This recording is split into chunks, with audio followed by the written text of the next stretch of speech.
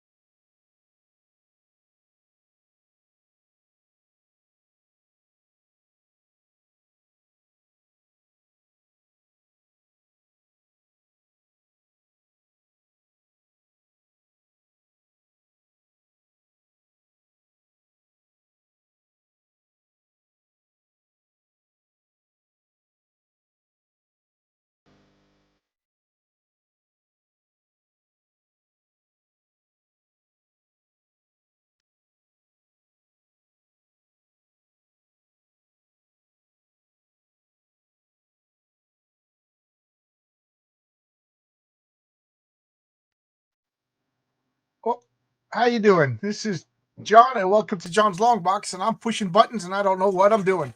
How's everybody doing? Hello, good. How are you? Good. How you doing? Long time no see. You, Rini? How's everything? Long time no see. Everything is great. Thanks for having me. Yeah. RJ, how are you today? I'm doing great. I think you both. I think you were on here for a comic book team up before with RJ, right? We were talking about. I think so. It was a long time ago. Yeah, it was. Yeah. So thank you for coming on short notice too. Since my car accident, I've become so forgetful. I stopped booking people and I forget. Like I booked my guest for tomorrow about an hour and a half ago. I'm just getting so terrible. But anyway, that's understandable. Yeah, I'm getting old and forgetful. And I'm wearing my Superman pajamas. I just want everybody to know. Yay! It's got a cape and everything. Very nice. It's funny, every time I put this on, I run around the house making shh noises. It's you have to do it. It's the law. I'm like, so you guys, both of you have fantasy campaigns, and would it be fair to describe? Well, RJ, you always say like low fantasy. So Rini, would it be fair to say yours is high fantasy? I actually don't know.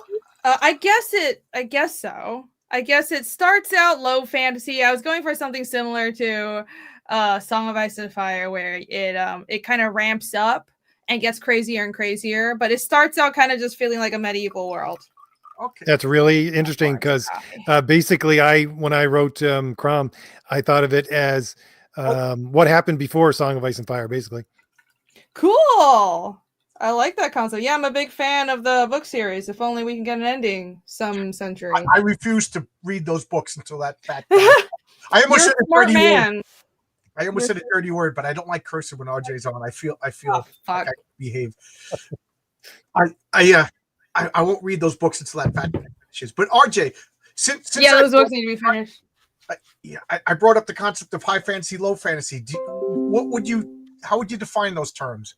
I would say low fantasy is more basically a hodgepodge of things where it doesn't have any fixed rules, or not fixed rules that you can, tack down.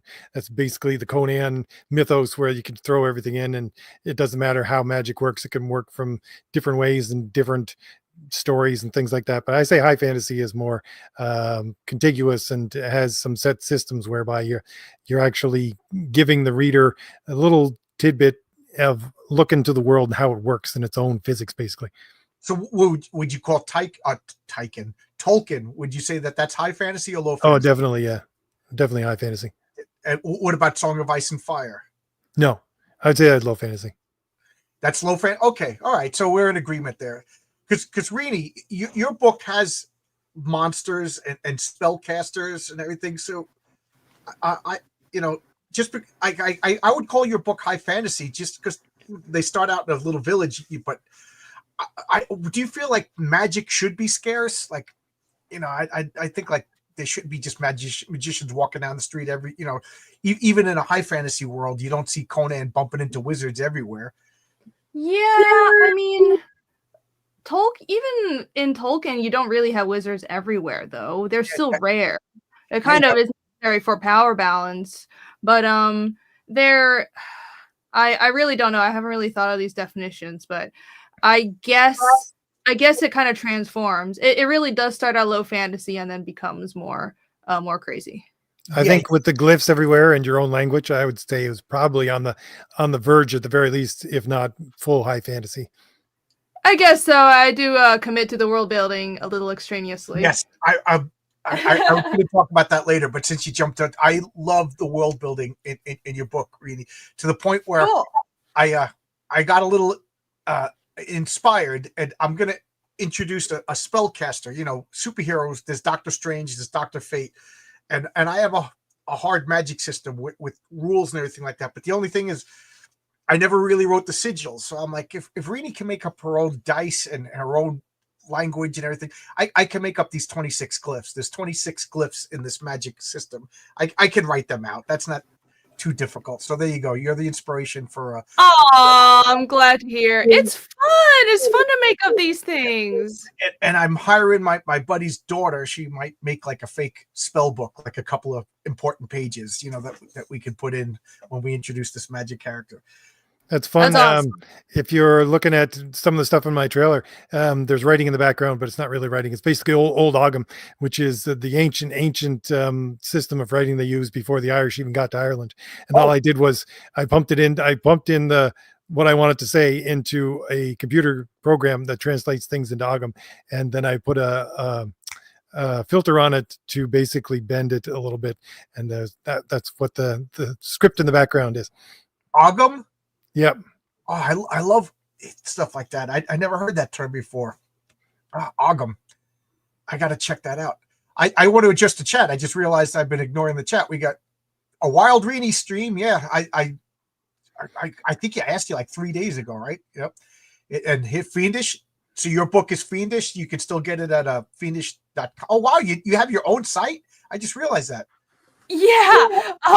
I spam it all the time. I do have my own website. I actually don't have a live campaign, but I am always marketing, and the books are always available on the website, and I also have them available on Global Comics, which is a digital platform. So you guys can read them anytime. We have 3 books already.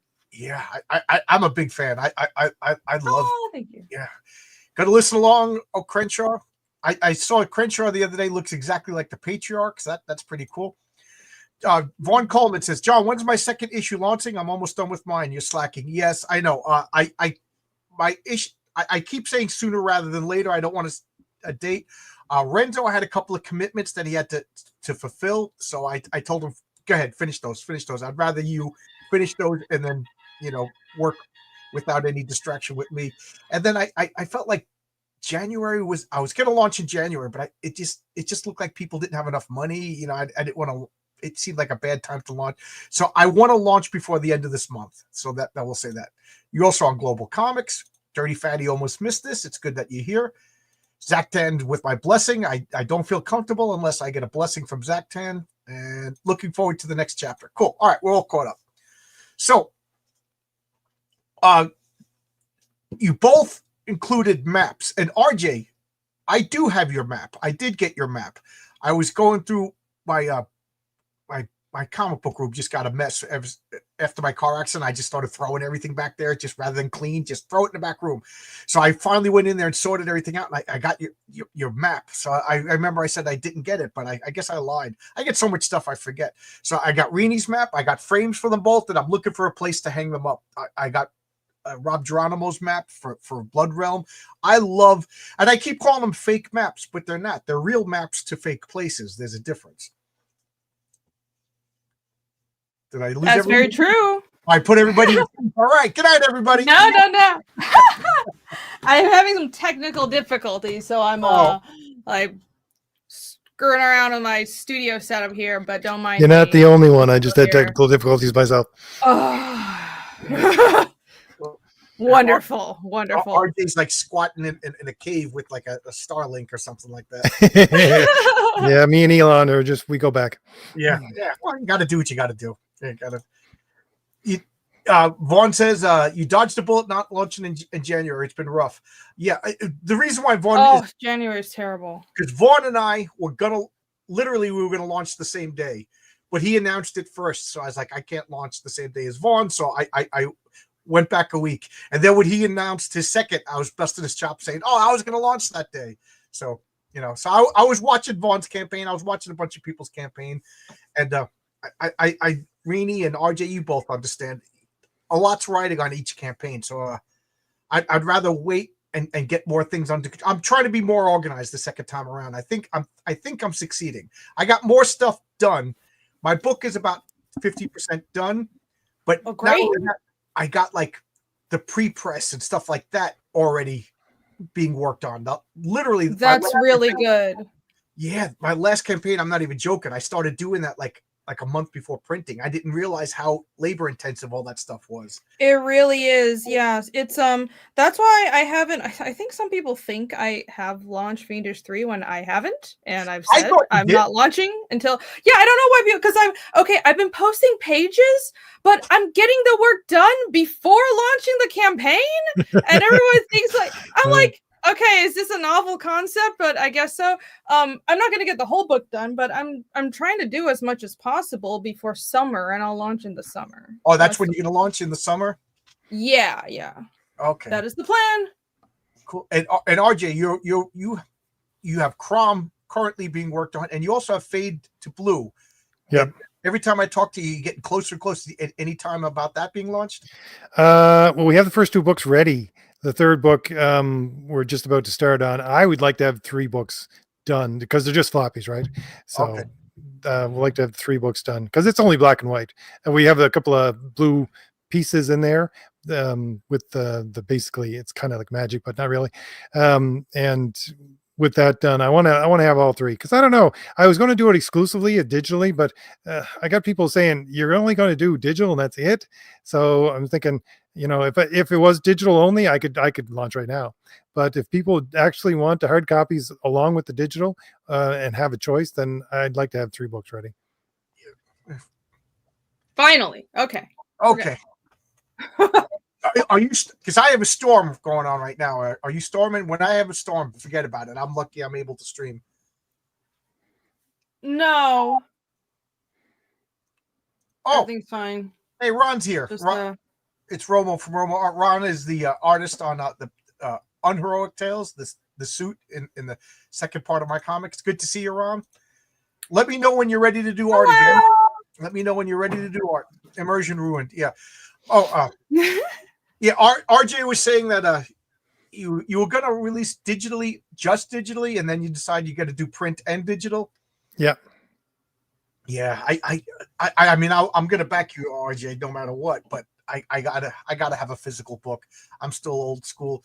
Renie, are your customers, are they mostly digital, or are they a nice mix, or 50-50 of hardcovers? Not hardcovers, physical copies and digital. Most of my sales are still physical, but I'm definitely branching out into digital just because it's nice to have an option. And especially after hearing how so many international customers or people who are overseas are interested in Fiendish, but the shipping is ridiculous, right? In a lot of places. So Yeah. some people were asking for digital, and I want to provide the book for as many people as possible. So I have the digital option, and also I'm trying to convert myself to this thinking of making the work more easily accessible, and that instead of having starting out with like a really high barrier of entry, and that invites more people in, especially because I mean I'm not a famous creator, I'm not that well known, it's a new series, so people need convincing, or they're not going to just buy it right off the bat. So having something easily accessible like a digital version or a free preview, which I've always had for Fiendish, invites new customers in. So that's what I'm doing. Honestly, think that the best thing, if I was like you and I could, you know, be an artist as well as the writer for it, to do something on Webtoons, like just do something like chibi stuff, and it's your warm up. Basically, when you're warming up for the day, do some chibi little thing that's a funny little drawing of your Fiendish characters as your warm up, and then just stick it on Webtoons, and there you go. You got entry into your book on an entirely different level. Yeah. Webtoons is I for certain reasons I choose global comics over Webtoons. Like the pages just look better, but hey, any digital platform that suits your project is pretty good in my opinion. Do you find is it getting you customers or exposure, global comics? I mean, chapter 1 of Fiendish has like 11 or 12,000 views on global comics. So I don't know how much like it's hard to gauge how much that transfers into sales, but I mean there are eyes on my book, and that's all I care about right now. Yeah, I met the night of Comic-Con when we played chase throughout the city. Yeah, I still didn't meet up. She's like, John, I'm over here, and then I would get there. Oh, too late, I left. I think you weren't even in New York. I think you were like, it was all a lie. I wasn't even in New York. You caught me. It was all worth it. I got to watch Vaughn eat, which was an exciting experience. My condolences. I'm not even joking. The waitress didn't bring out all his food because she thought he was joking when he ordered like enough food for 3 meals, and she brought out one of them. What? And he's like, where's the rest of my food? She goes, oh, I thought you were joking. Oh, that's hilarious. But I met that night. I in one of these. I showed you how out of touch I am. We went to a bar. And it was an anime themed bar, and they were watching Japanese, anime and everything like that with pinball and Pokemon all on the walls. I'm like, I am so out of what's going on with the youngins. But I met the woman who runs Global Comics, and she was talking about you, and she gave me her card and everything. Aww. It was a very, very fun night. I enjoyed it. Yeah, they're really cool people. I recommend the platform a lot. I mean, I genuinely just like the platform because they're everyone's heard about Webtoons, right? And other there's like Tapas as well. There's a few digital comics platforms, and clearly they work for other creators, because some creators on Webtoons get like billions of views, but for Fiendish, my priority was I wanted something that had really high resolution. I wanted to really look good. I didn't want like an 800 pixel cheap or just like something that looked like it was made to only be read on a phone. I want options. I want this comic to feel like you can read it on a phone, on a tablet, or on a big screen, and it'll be big and beautiful like a proper fantasy comic. So and the interface is great. So that's why I picked their platform. A lot of the webtoons are like newspaper strips. You know what I mean? Like, yeah, and that works for some people. Yeah, but that's not what I'm making. Yeah, you're making a full on comic with nice art, color, and everything like that. You want nice resolution. Yeah, I Yeah. try. Is there any platform out there? Because one of my artists, it was Jim O'Reilly, I think. When he was doing the first pages for Crown the Destroyer, he posted it on a website, and I don't even know what program he used. It's probably just something that's fairly simple for artists, but he made it so that it looked like on the screen a comic book where you could turn the page. You actually saw the pages turning whenever cool. you did it. I was thinking that's how it should be published online, if you ask me. Looking like a book. That would be cool. Like you have like Mhm. and you swipe, and it has to make that little paper noise. That would be cool. That would be cool. Yeah. Global Comics has like double page view, so my spreads can still show up as spreads, and I like that a lot. But someone should have like an actual page turn, and like you said, the sound effect. Ooh, That would be really cool. I know like a lot of e-readers now that it looks like paper, like it's not just a bright. Mhm. The book looks like paper and print and everything like that. So that I really like. I don't know. I'm still old school. Like I got to get a comic book in my hands. You know, I want a physical comic. You know, and I was dragging my feet about making digital for my comic Heroic Tales. But Ashley, who did Ashley's Argonauts, said, you know, I live in Ireland and I want to get you a book, but I don't want to pay like $30 just to ship it. You know, I'm glad I did. Now, when I get a sale digitally, I'm like, bing! I don't have to go to the post office. I don't have to print out anything. You know, I don't have to put tape on a box. You know, so now I'm like, hey, digital, all right. Yeah, honestly, it's like why I do merch through Printful, which is they do your production and fulfillment. They do everything, and it's just like I don't have to handle anything. I just set it up, and it's great. Another great thing about digital is I don't have to do anything. I have suffered enough writing and drawing this comic. I do so much, basically almost everything on the comic except the colors. Yeah, so it's great. I just leave it and people will see the book. And maybe one day pay me. You do your own lettering too? Yeah. Oh wow, cool. I wonder if in the future they're going to, because there's so many different things like Printful and Lulu and things like that. But I wonder if in the future there's going to be versions of what we do today with first and second printing, as in, you know, examining where in the timeline this got printed, and it would be more expensive, you know, if you get an earlier copy. I think that's going to be something in the future.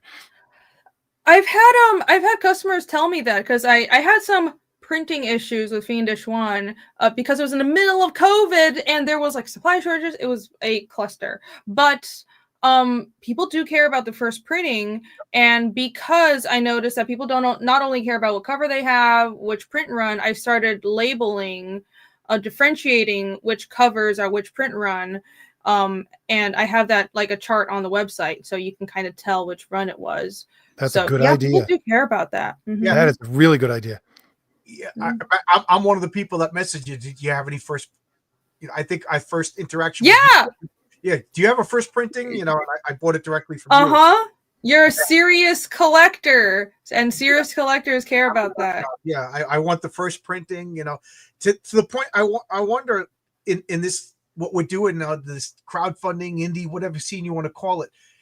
Is this like the death of like collector comics? Like you know? No, like, I don't think so. But I think it's going to be like Renie said, if you do something like that and you have a system whereby you can gauge what is printed when, that's just going to become a new system. Yeah, because I don't have that many Heroic Tales left, and I would like to do a catch-up tier for my new campaign, and I think I should do like a new cover then. This is the second printing of Heroic Tales. You know what I mean? Make the first issue more collectible. I don't know. Renie, just every time I talk to you, you give me good ideas. Well, I'm glad. Because I was just thinking print up another run. You know what I mean? Like, do people really care? But yeah, I guess I'll ask the viewers. Collectors care. What do you guys think? You know, I think if you get enough money, like if you're generating enough money to do another printing, you should have enough money to do another cover. Oh, yeah. I agree. So, so the key with doing variant covers is if you do it at the same print run, as long as the guts of the book are the same, it costs a not negligible, but very little more. It's like maybe another $100 or something. So because the actual cost is all the meat of the book itself. So if you know what covers you're going to do, here's the key: just do all of the variants regardless of when you're going to release it. Even if you have a convention exclusive that's like 6 months down the line, print it all in the first print run, and that way you save a lot of money. Renown says a Rini cover for Heroic Tales 2. No, I have Josh Howard as a variant cover, and I have Jose Garcia as a variant cover, and Renzo as the regular cover. But you know, you never know if I have to do a second printing of Heroic Tales #1, right, Rini? You never know. I'm always here. Somebody had a comment that I wanted to say something. Oh, Rini, how large percentage wise do you do your pages at? So, if you're talking about penciling, let me see. I have Photoshop open. Yes, Shadowpunk makes his own comic. A comic called Shadowpunk was absolutely excellent. So cool. He's going to ask you more technical questions. I wouldn't have thought of asking something like this. Yeah. I mean, I kind of zoom in and out like everybody else, but maybe 60%, 70% or so. I work at 600 DPI though, so that's still pretty big. But as some of you know, recently I've been printing out my pencils. I'm doing digital pencils and traditional inks. So my inks are on 11x17 Bristol board, just like, you know, every other comic artist. But the pencils are digital. You say printful, the actual printing of your comic, or just the digital? This guy, no. He's gonna make bootleg copies of Fiendish. Yeah. That's no. So Printful doesn't print my books. I have a printer that's totally separate. But Printful is basically a merch service. You guys should also really check out Printful. They print like t-shirts and mugs, blankets, sweaters. They even have like a leather jacket, which I'm very proud of. I have a Fiendish leather jacket, and like tumblers. They have a lot of products like gym bags and stuff. And they have like an online layout thing where you can just design your own products with not just logos but your own graphics, and you just upload that. You can link it to your store, either your own website with your own URL like mine, or I think you can link it to like Etsy and Shopify. I know you can link it to Shopify. I think Bancroft does that. And it just automatically, they just print it. They've printed in a factory in your country and they do the shipping. The profit margin is not high because they do everything for you, but you get your merch out there and you don't have to warehouse. You don't just buy it and have boxes tripping over it just in your room. Yeah, this is exactly what I didn't want. I cannot warehouse. I have too much stuff already in my house. So with Printful, you don't have to do that. I'm just like, Printful and Global Comics should be paying me to advertise. All over the place. Oh my. So you had Printful, did they actually ship your comic? Because RJ, you and Rini, neither one of you guys fulfilled yourself, right? You had a service too? I fulfill Fiendish 1 myself, and I'm never doing it again. Right now, I another RJ does my fulfillment. RJ from Critical Blast. Yeah. And he's great. Yeah, he's been on my channel. He's absolutely wonderful. He was very helpful to me, but I just didn't think I was successful enough to warrant another expense. You know what I mean? Like, plus I kind of wanted to do everything by myself at least once. But oh my God, I planned on being home, you know, take a couple of weeks off for work, but my car accident ruined that. So I had to go to work and then stay up till 10 o'clock every night banging and board. I was like a robot, but it was kind of fun to do it. It was an experience. I would recommend it to everybody. Fulfill your first campaign just so you know everything, you know. But it's an experience. It's definitely an experience to have. Oh my God. I was like, and then when I was done, I was like, what do I do now? Like for 2 weeks, I did nothing but boxes and boxes. And the neatest thing was I found out that the post office will actually come to your house and pick everything up. I didn't know that. That was so good once I realized that, because I was just taking everything down on Saturdays. You know? Yeah, I had my I'm 6 posters laid out on my kitchen table. I was like, grab, grab, grab, grab, fulfilling because everybody wanted different posters, different. It was hectic to say the least when I did mine. Yeah, I don't know what my problem is, but I'm so slow with I think because I'm very particular, I like to pack everything really perfectly, and then I have this like custom tape, and it literally took me months. You said 2 weeks, it took me like months, Yeah, and I hated my life. Yeah, It's I not got good. tape. You know, I started out like I was gonna put like little thank you for little personalized message. I gave that up after like 3. I was like, I can't do that. I try to. Somebody, oh yeah, Zach then said he wants to get the lemonade variant cover for Kip. I still got some. I got some for you right over here on my spinner rack. I got all my variants. We saw that already. Ryan Frank, I use Printful for my print-on-demand merchandise. We'll be using from the comic book shipping as well. That's cool. I think they have weird. Sorry. No, go I ahead. think they offer warehousing. That might be what you mean. But I might be wrong. Yeah, I don't use them for comics, but maybe they do that. So neither one of you guys like have like all your extra stock shipped back to your house in a box? I do. I have For my a first chunk. campaign. Yeah, I have a bunch left over from the first campaign, and I have the printer or RJ send me a chunk of all the merch and all the books. So I do have a bunch at my house. Yeah, I would. My goal is, if I hit a certain number in my head, I'm gonna go with RJ again. I'm hoping I could do it. This campaign. I'd like to think I generated trust in people. I was 3 weeks late. That just it burns my butt. But there was a really bad printing error that I could not. One page just had no dialogue whatsoever. And the funny thing is, no dialogue. But I knew people were gonna bust my chops. I couldn't do it. So that put me back. I get it.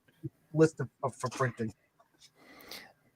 I actually Yeah, still I have about understand. 3 boxes left. My Thomas Valiant #1 because I had a private sale of a guy who wanted to distribute them to military bases, and he said, "I want $5,000 worth." And I got everything ready, and I printed all his books for him, and I tried to contact him, tried to call him, said his books were ready, and he disappeared. Like he disappeared. That's messed up. So you have all those Damn. books? Oh, he paid for it. He paid for it. Oh well, No, I'm saying, he paid. then like- sell them again. Oh man, at least he paid for them. That's good. That's good. I'm thinking like I didn't notice it. It's so hard to notice your own. Like I got a couple of typos in my first issue, and it's funny because I didn't notice it. And then my wife opened up the book. She just, hey, look, there's a typo right on the first page. Yeah, it's I have one typo because I looked over Fiendish One so many times. I only have one typo. I'm not going to tell anybody where it is, but in the second edition, which is how you know it's a different print run, that typo is fixed. Right. So, that's what I was going to ask. Are you going to fix the typos? Because yeah. There's 3 typos that I found. Well, 2 typos and then one just error that just needs to be fixed. So like, yeah, that'll make it collectible, guys. You got the typos. You got the typo. Yeah, we can get I mean, I think comics needs to take editing more seriously, especially like definitely. copy editing. So I have I mean, I have an editor that is more like story editor, Michael Odin. And then I mean, I have, I show all my friends the story multiple times, so I have a lot of eyes going over stuff before it goes out. But then people miss things and I miss things. And my friend Allie, I don't know if you guys know her, she has like typo radar, so I'm starting to show her absolutely everything I do, and it's great. So no more. I reached out to her and asked if when I'm ready, if I could hire her to good. I just get embarrassed, you know what I mean? Like, well, same here. Yeah. Somebody posted a comment on one of my videos saying he was so disappointed in the Valiant Heroes because there was a typo in where it's supposed to say loose and it says lose. Things like that. I was like, I was just hanging my head in shame. One little letter. Yep. It's terrible. Instead of where, it says we're. Or something like that, one or the other. We're supposed to say we're, and it says where instead of whatever. And then I spelt my friend's name wrong. I thanked him. And I spelled his name wrong. But nobody knows that typo. But and it's funny because him and his wife and his daughter and his daughter's fiance were over here last week. The first thing she says is, "You spelled my dad's name wrong." I was like, and he was just like, I was gonna let it go. But I felt so bad. It happens. Yeah, so I'll fix that. Yep, no more. We shall edit our books. And right before we went to print, I spelt the main bad guy's name wrong, two different times on the first page, and thank God I fixed that. That's one of the things with fantasy. When you make up names, you try to keep it. I'm trying to keep it so that you have the same spelling all the time. Oh, it drives me nuts. Oh yeah, I think I don't have a problem with that for some. Well, I haven't had any.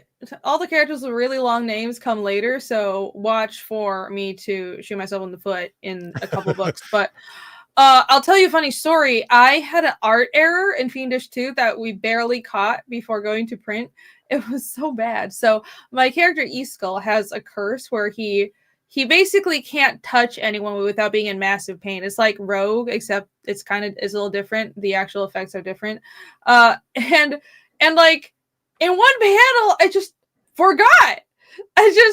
And it's like my brain just didn't pick up on it. I penciled and inked this page, sent it to colors. My colorist colored it, and he was just like petting this this pet cat, this giant cat. Anyways, he was petting another character and touching them as if nothing was happening. And I had sent the pages to the printer already, and I had to tell them, stop. I need to make an art edit. Do not print this page. And I caught it. Otherwise, it would have been, I mean, I don't know if anyone else would have cared, but somebody would have caught it and it would have been embarrassing. Somebody would catch it. Oh, yeah. I definitely know exactly what you're talking about, because for Fade to Blue is a fellow with the death touch. And my artist sent me back pages wherein he would just had his hand on somebody's back. It's like, nope, do it again. I'm glad I caught that. Yeah, these details matter. I'm usually pretty good. Like, I'll read a Marvel comic. There's on average like one typo in every Marvel comic. Believe it, at least the old days. Who knows? Maybe more. I believe today. You. But your own stuff, because it's true. You don't read your own stuff. You know it by heart. That you kind of just glance at the words and then your brain fills. So I didn't notice my typos. I'm so embarrassed by it. Oh, gotcha. Superpowered cat is what I'm saying. I want poor cat. It's not super powered, but it's basically a giant snow leopard. Yeah, it's cool. It kills things. Yeah. So character. Every time I see Renie and RJ, I always bring this up that like I have a stretch goal. If I make it to $100,000, that Renie and RJ are coming to New York and we're gonna play role playing games. Because I know Renie, you play Pathfinder, right? Yeah. Yeah. You haven't switched none of this 5e. No. Just I've played one game of 5e and I didn't like it because it felt like it was for babies.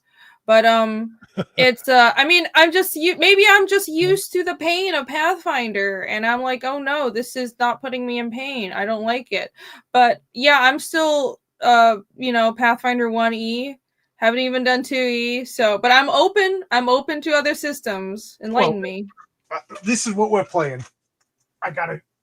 This is what we're playing. My house rules of villains and vigilantes. Cool.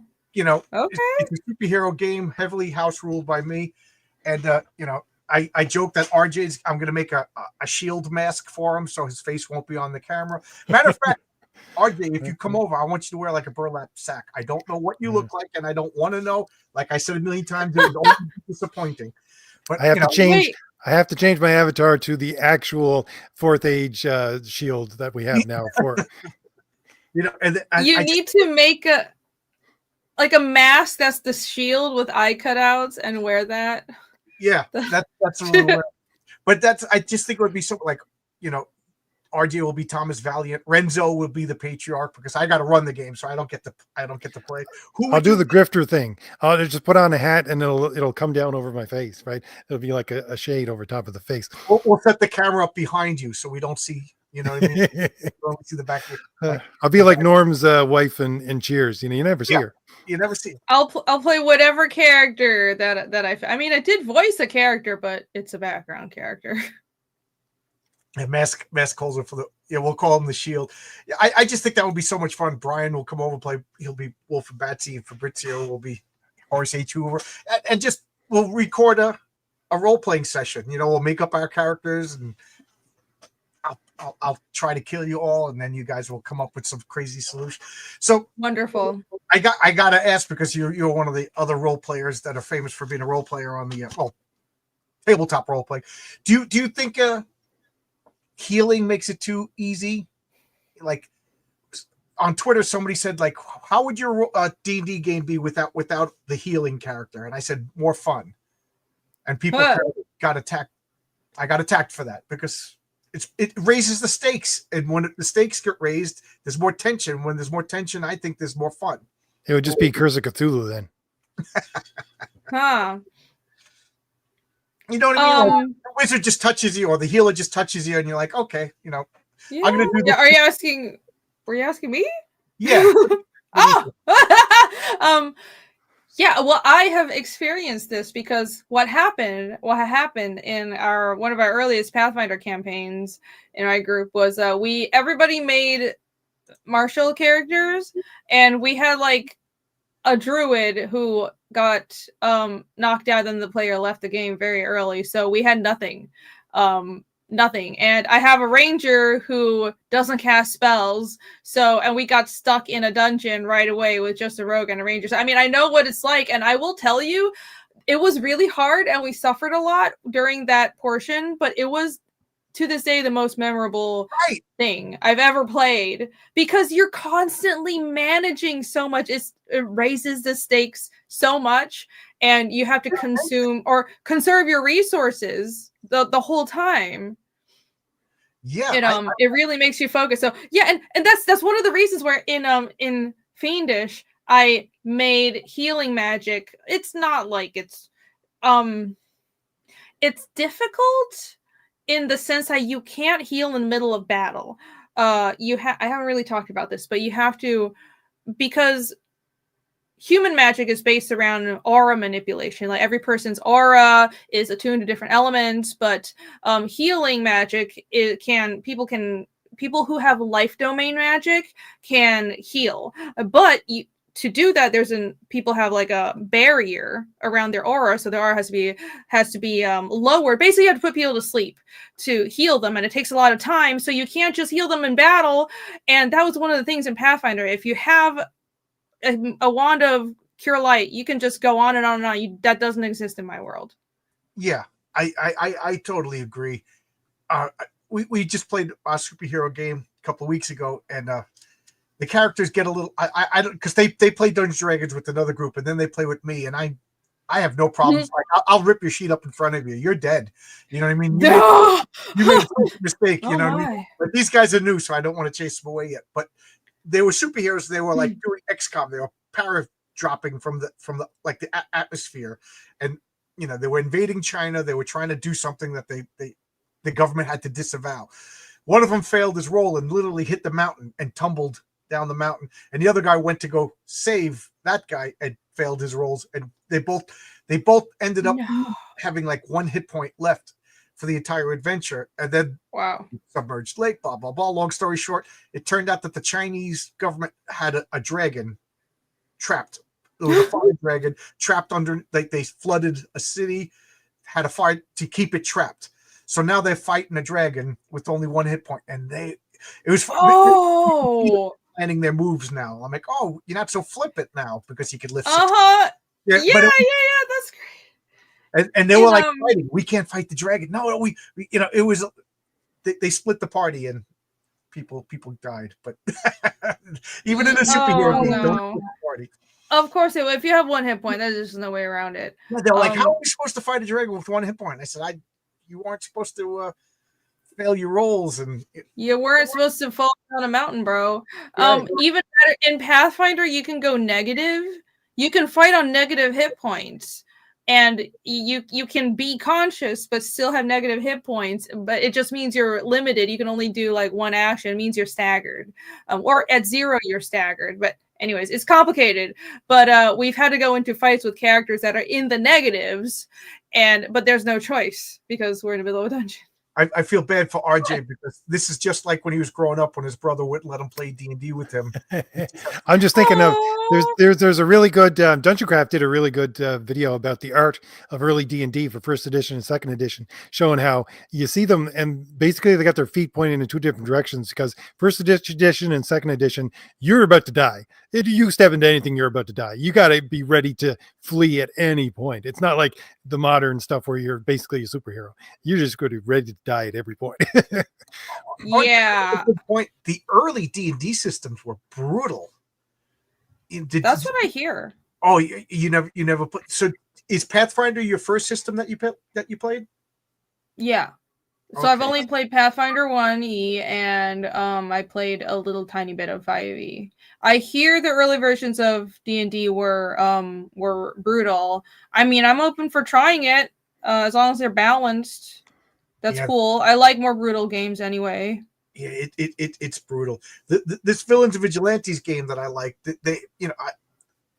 you have one set of stats for your hit points, which is the same as Dungeons & Dragons or Pathfinder, I assume. But then you have power, which represents how tired you are. So just think that you're the Human Torch. For the Human Torch to burst into flame, it costs him a little bit of energy. So he loses a little bit, like he gets a little bit tired. And then, you want to throw 16 punches, Spider-Man's going to flip, do this. You could do all of that, but that costs you energy. That costs you power. It doesn't cost you that. So that's good. So if you have 0 hit points, but you still have power, you're unconscious. If you have 0 power, but you still have hit points, you're fatigued. You know what I mean? So you're like Rocky, when he was, or Apollo Creed. So I really liked when you have 0 hit points and you have 0 power, then you die. So it's a superhero game, so it's not really designed for lethality. But then I added critical damage, stuff like that, because without that stuff, you get too flippant, and if there's a critical damage is fun as well. Yeah. Sounds very much like the old Marvel games that used to be for really old PCs, like the Commodores and stuff like that, where you basically, if you're the Human Torch and you went Nova, you're dead, right? Because you have no power left.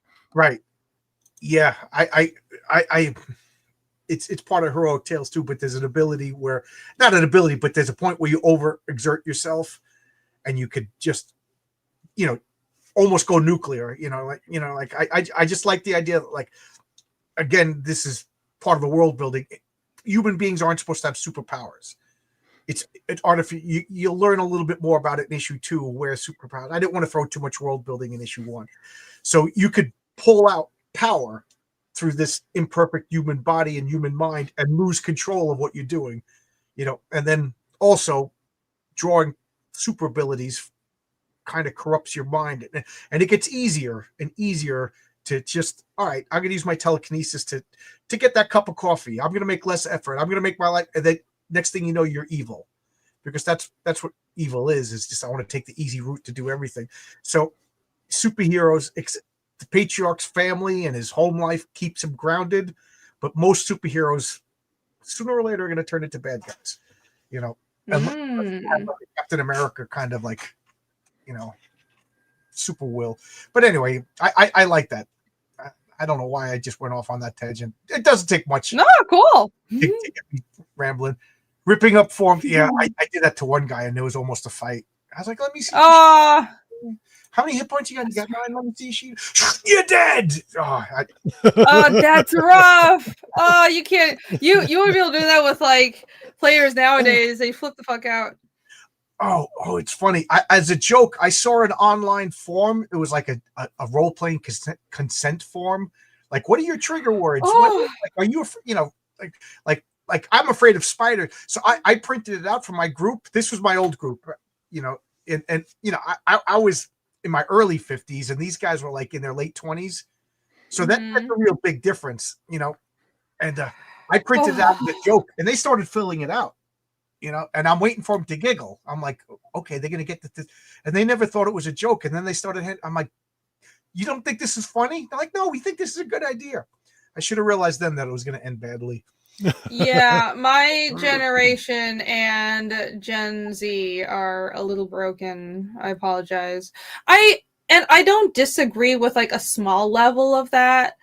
It's like, oh, some people aren't comfortable playing certain types of assault in the game. Like, I get that, Yes. but come on, like every little tiny thing, you're scared of spiders. It's like the whole I'm sure you guys know about the whole Pathfinder. There's been like a bunch of bullshit with Wizards of the Coast, but Paizo on the Pathfinder side, they got rid of slavery in the official gameplay because they're like, this triggers people. I'm like, but it's a largely pre-industrial world that's supposed to mirror our own medieval universe, medieval era world. Like, why would you not have slavery? And then all the whole, we're gonna get rid of half elves and half whatever mixed races because it's offensive.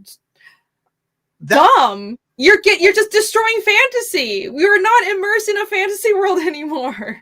That's when I knew you were serious, because Fiendish has slavery in it too, and like, oh boy, does it. And I was shocked, but not like, oh my god, I'm gonna clutch my pearls. I was shocked, like, okay, this she's really getting into it. This, you know, like, because let's face it, like, it's a staple part of human history. Like, there's more slaves now than there ever was in the past. You know, it's not even historical. There's still real slavery nowadays. There's open slave markets in Libya right now that, you know, we can use spy satellites and see the slave markets. You know what I mean? It's to ignore it, I think, is so now I can understand. I'm playing Dungeons and Dragons with my friends and we don't want to have slavery. That's one thing, but to officially like make a statement that you can't do it, the half races bothered me. You know, I'm like, what's that's for someone to homebrew. That's like a choice the players can always make on their own. Now, RJ, I feel so bad. I feel like I'm leaving you out. No problem. Sorry. Talk a lot. You know, do you play? I don't know Pathfinder. I assume it comes with modules and everything too. Like Shadowpunk brings up Tomb of Horrors. If you play Dungeons and Dragons back in my day, you should just get a T-shirt that says "I died in the Tomb of Horrors." There's nobody survived. It was brutal. It was brutal. I have nightmares about that. I didn't survive the Tomb of Horrors. I think 2 different characters died in the Tomb of Horrors. Ghost Tower of Inverness, I didn't survive. But Queen of the Damned? How about Queen of the Damned? Did you survive that? I don't think we played that one. There was one, what was it called? Keep in the Borderlands. It was a spaceship landed in D&D, and there was laser guns and stuff. And I remember people were outraged. D&D with laser guns? What are you, nuts? I thought it was fun. Mm-hmm. What do you think about orcs just as misunderstood, just want to have a family and a life? That's retarded. Yeah. That's I like so you more and more dumb. every time I meet you, reading. Well, thanks. It's so dumb. Abolish fictional slavery. Yes. The point of orcs are they're evil. Yeah. Why can't it's a fantasy world. It's not a commentary on real. I love it when and by love I mean I think it's really, really dumb when somebody has a problem with a fantasy world having like a non-human species. They call it races, but it's a different species. Orcs are a different species. They're born evil, and some people are really offended by that. And I think that's a commentary on some kind of real human race. When in the world, it's not in the world. There's like usually most fantasy worlds have all the same, you know, phenotypes that real humans do. Humans have racial variations, and orcs are obviously a separate thing. And it's evil species in fantasy, I think, are a shorthand for how we should confront evil when we do encounter it in the real world, because objective evil does exist.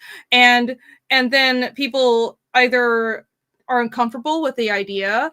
People nowadays are either uncomfortable with the idea that objective evil does exist, or they think everything is a commentary on human race, and that's stupid.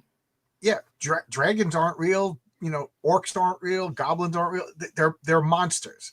You know, and every once in a while, like my group encountered a good mind flayer, and he was the one good mind flayer. You know what I mean? He was Okay.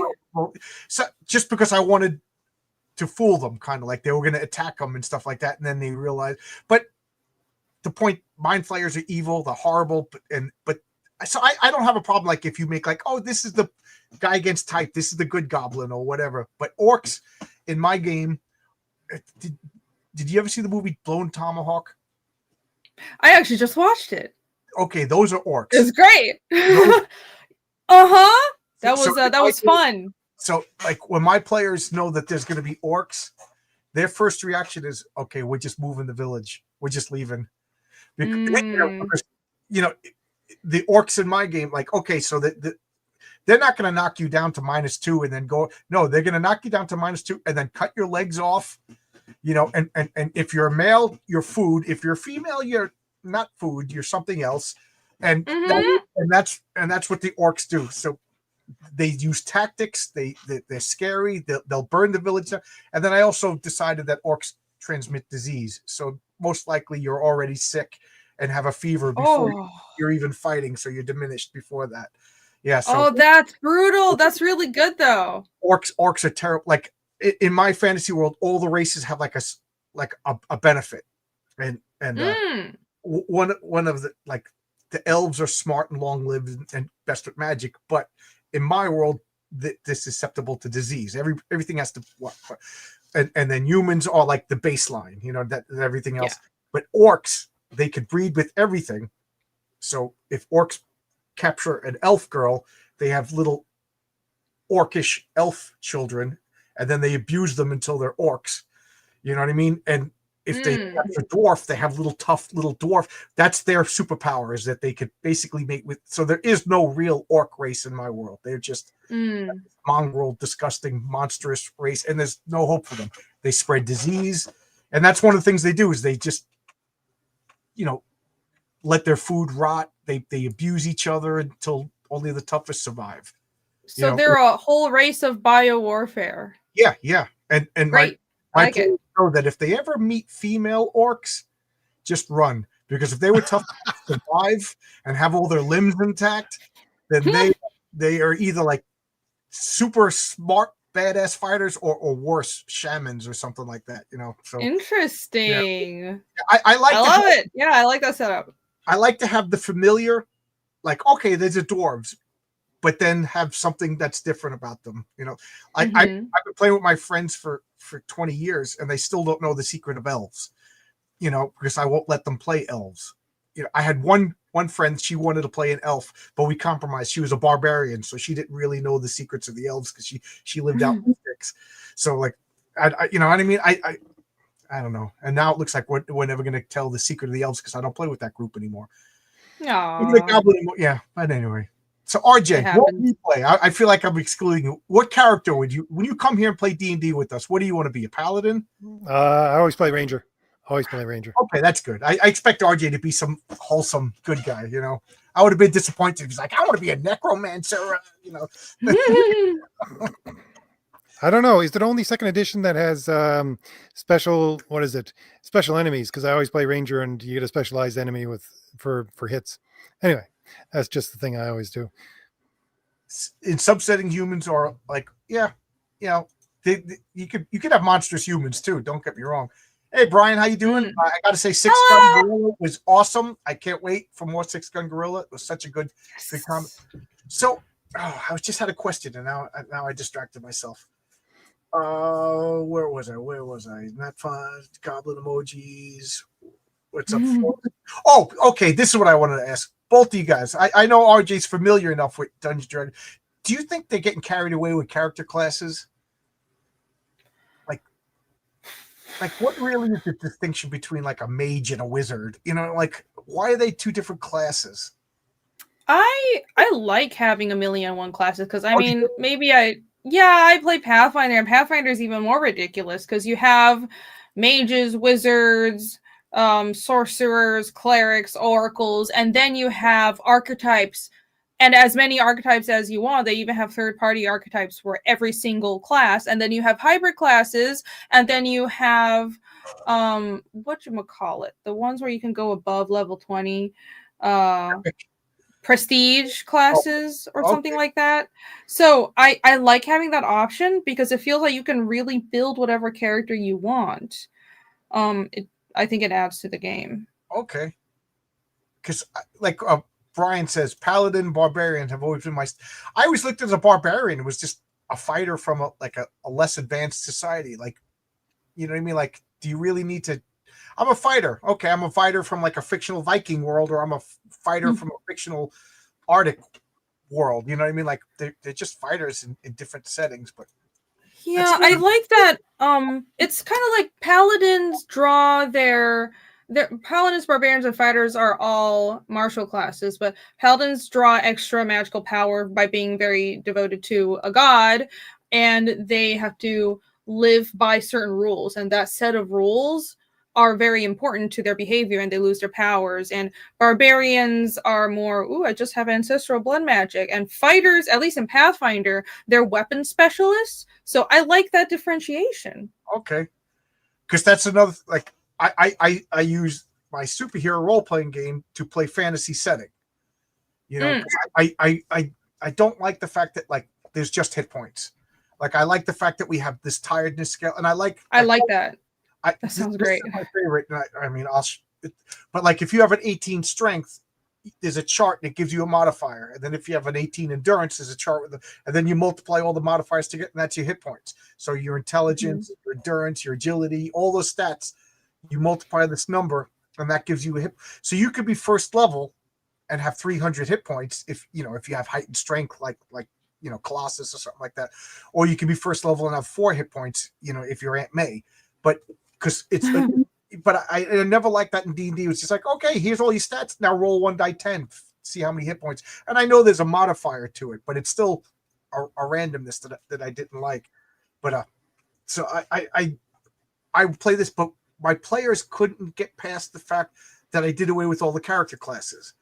So it's like, okay, you want to be a wizard? Okay, so just buff up your intelligence and learn magic skills. Like, okay, you want to use dual-handed sword preferences, you're wasting like reading magic and learning arcane spells slots kind of thing. And they were like, no, we just want a package. I was like, you 25-year-old kids, learn to think for yourself. You know that's interesting. I guess it's just allowing, or not allowing, but encouraging the players to customize more and build what class they're going to be instead of having it pre-done or pre-made. Have you ever played a wizard in a wheelchair? In a world of magic, why would they still need a wheelchair? Wouldn't they be able to just regenerate the legs? Or I know. It makes no sense. I want to, next time I play with a group of people, I want to have an orc baker in a wheelchair. That's gonna be my character. Yeah, that is a good question. Why in a world of magic, a regular person who doesn't have access to magic, sure, you're gonna have people who have peg legs and are in wheelchairs, but somebody who is a wizard, which means educated and has access to magic, why? It just doesn't make sense. It means that's a choice. I don't think that's like a choice for anyone. To my way of thinking, wizards should be like rare. You know what I mean? Like, like the average baker doesn't have access, but I would imagine they would have access to a priest. You know what I mean? Who specializes in healing. So, like, I don't know, like, true. Why am I in the wheelchair? Because God hates you. That's why you're in the wheelchair. Wait, that would be funny, Rob. If it's like you have access to a priest, but this priest of this town is just a dick and refuses to heal people. It's like, well, you didn't behave well enough, so I'm not going to heal you. You just deserve pain. RJ, what would you be a human ranger? Yeah, I always play human. I don't know why, but I always do. I'm so used to Ultima because you only get human classes, and then you get to determine. You only get human race, and then you get to determine your classes after that. So, and that's what I usually played. if I play Dungeons Dragons, you know, I've been the game master in my group for years. You know, I'm talking like 30 years. I can't even remember the last time I played. But if I was to play Dungeons Dragons, I would play a human paladin in armor with the longsword. That is the coolest thing. I feel like the restrictions of the paladin make it more fun to play. Plus, who doesn't want to be like a self-righteous guy with the sword? Back you demons! It's just so much fun. Brian Christos says, I hate freaking tieflings. I never played with tieflings. That's after my time. They're like demon kids, right? Or something. Yeah, they're demon kids. Yeah. There's like a million playable races. Like I remember it was just dwarves, elves, half orcs, and humans, right? That was really. Yeah, there's tons. It's like every fantasy race from around the world, they put it in fantasy games now. Pathfinder has all of them. You can play as a Samsara, a Tengu, so whatever you want. Yeah, they couldn't Geordie's. Yeah, that was because I remember if you watch the pilot episode of Star Trek, in the very first scene, they're beaming somebody up, and the transporter guy has glasses on, and then they cut away, and then when they come back, he doesn't have the glass. It was a mistake. Roddenberry said, "No, take the glasses off. No, there's no glasses in the." So Geordie just defeats. I don't know how Gene Roddenberry let there be Geordie. It's funny. I went to my chiropractor today, and all we talked about was Star Trek. He wants me to go to the Star Trek convention. They're getting adjusted. He's cracking my back. He's like, "Who's your favorite captain?" You better give the right answer. And it's funny because one of his patients was Leonard Nimoy's lover from the 70s. Really? And she gave him like papers and photographs of Leonard Nimoy. I'm like, which patient? He goes, I can't tell you. Oh, interesting. I could see a niche like gnome illusionist who had gnomish enchanted wheelchair, and he's like a little tinker gnome in a little battle wheelchair. Yeah. There was a really good, like a tinker. Yeah. A really good anime. I can't remember where they're separated into domes. It's kind of like a Logan's Run, where magic only works in different ways when you're under that dome. It's really interesting concept. It's basically a Dungeons and Dragons world, but in a fantasy future. Cool. Is shifters is a race? What are they, like shapeshifters? I think shifter is a class, isn't it? Okay. I was gonna say, if you could be like a fighter shifter, that's giving the player too much power. Even with Insurrection. What is that? A movie or a book that I'm missing? Is Crom the Destroyer still available on Indiegogo?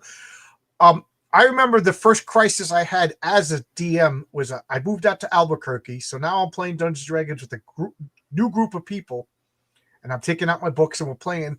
And one of the guys wanted to play a centaur. And I'm like, you can't be a centaur. This is a fantasy game, And then I was like, just let the guy be a centaur. But like, it ended up crazy. It ended up being bad because like he couldn't do a lot of things that the other player, like he couldn't get into spaces. You know what I mean? I'm getting berated by Ryan in the comments because I need to go to my stream. So I want to say goodbye, Rini. Nice to see you again. You're leaving already. Okay. I love well, it was nice seeing you again. Bye. Bye. Yeah, RJ Clockwork, like his audience is waiting for him at 9:30. So all right. if you want to go, you can go out. I mean, shifters are part. I'll hang out. Yeah. Okay. Spock. Yeah. So it is a race. People talk about Gene Roddenberry being a player, but Leonard Nimoy was a player too. All those guys were. He's got good Gene Roddenberry stories. Yeah, they fixed Geordie's eyes in a later thing.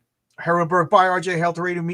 Met you at Heroes Con last year. You gave my friend Grant your Not Safe for Work book. I didn't know there was a workbook. Yeah. I have a art book that was a convention exclusive. So hail. I didn't know that. Yes, indeed. You're not afraid to draw a couple of, should I say? Yeah, I don't know. Good girly stuff. I don't have a problem with the TNA. I don't do anything super overt, but no. I just think it's fun. It's not a problem. And my wife wanted to say she's a fan of yours. She goes, she loves how excited you get about things. Ah! She goes, she's typically in a boy's world with comic books, Dungeons and Dragons. She goes, but then she's all like girly and squee. Yeah, you know, Ah, thank you. yeah, George. Tell your George, wife thanks. That's George so sweet. Takei. Yeah. I know. Oh my God. Gene Roddenberry. There's that famous story where I'm trying to think who walked in the door and he was with Lieutenant Uhura in a compromising position. Oh my. Was he I indeed don't need a player? these Who are you things. asking? RJ never got to play. He had an older brother who wouldn't let the little brother play with him, so he always read the Aw. book. That's why I was saying you and I talking about this. I said it's like a growing up. Americans are messed up when it comes to nudity in art. That's true. That's true. Yeah, I have noticed this.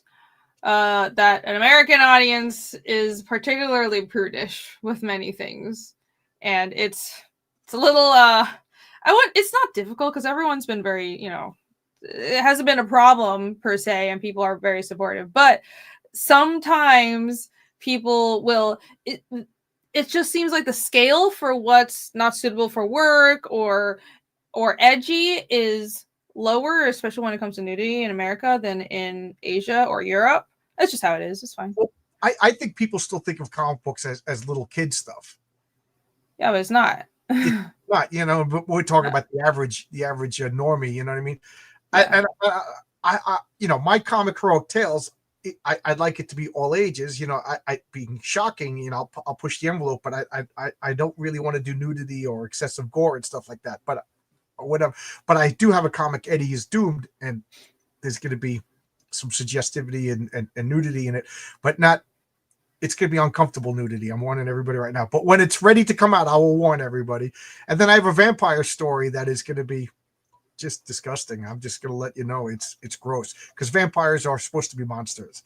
So one of my friends read the script and there's a vampire sex scene and she said it was the most disturbing thing she's ever read in her life.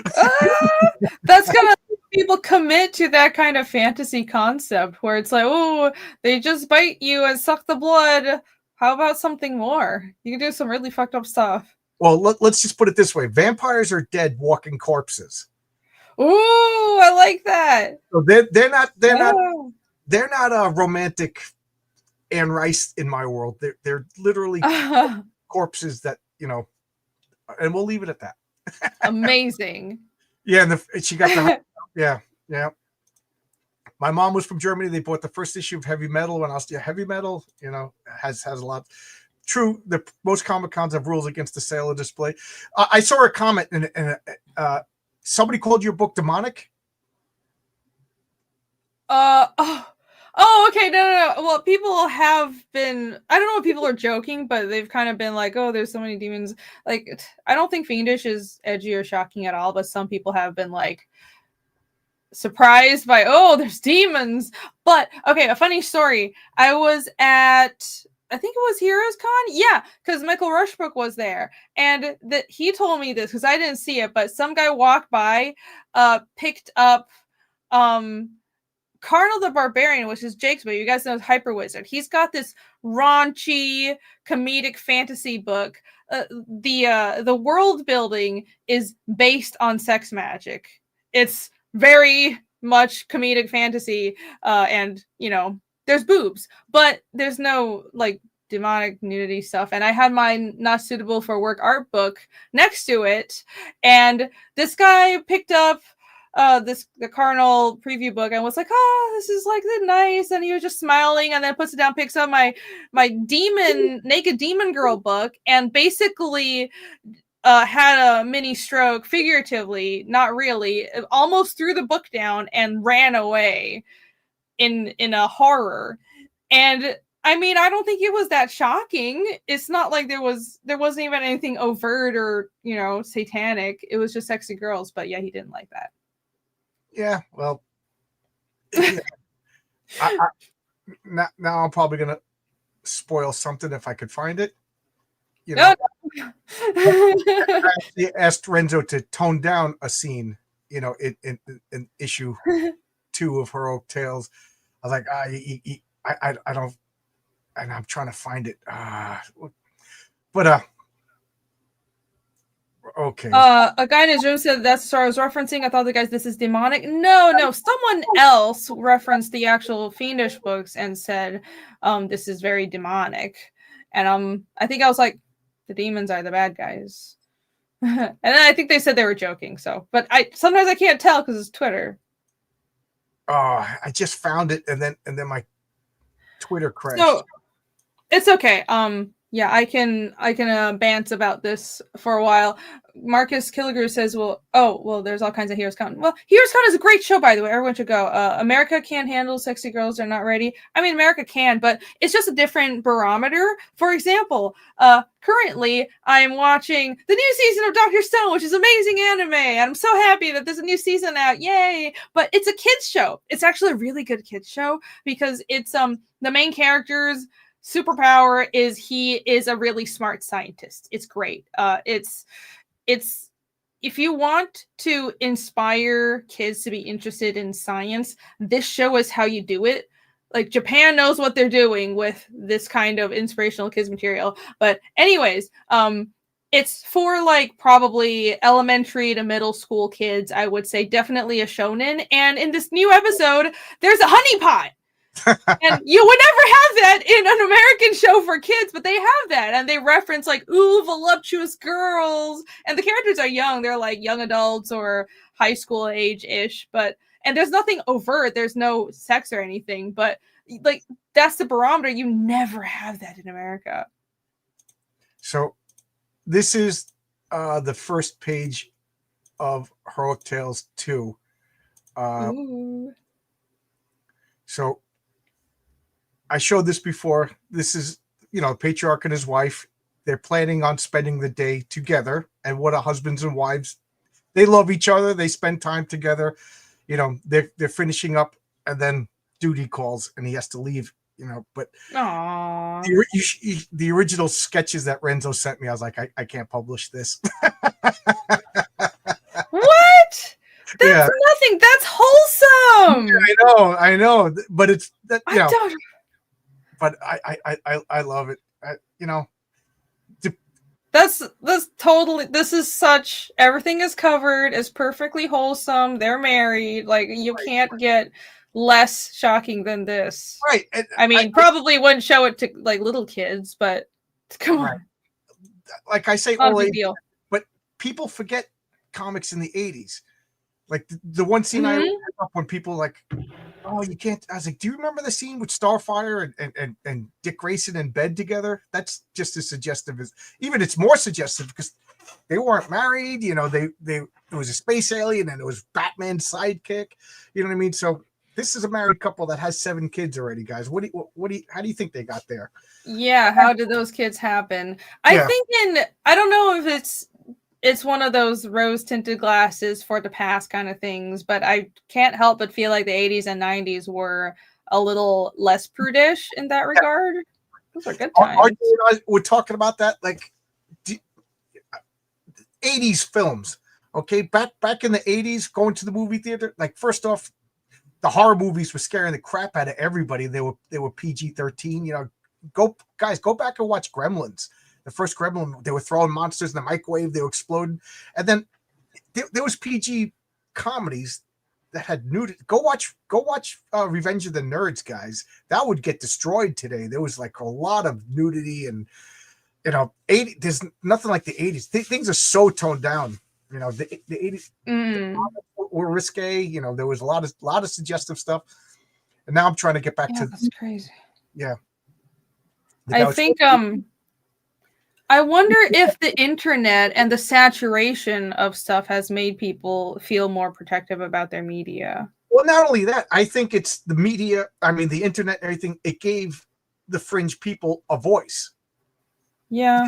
So, like, there's slavery and fiendish, and some lunatic could say something, and corporations are scared. One person saying something. So, like they say, if you see one cockroach in your house, there's really 1,000.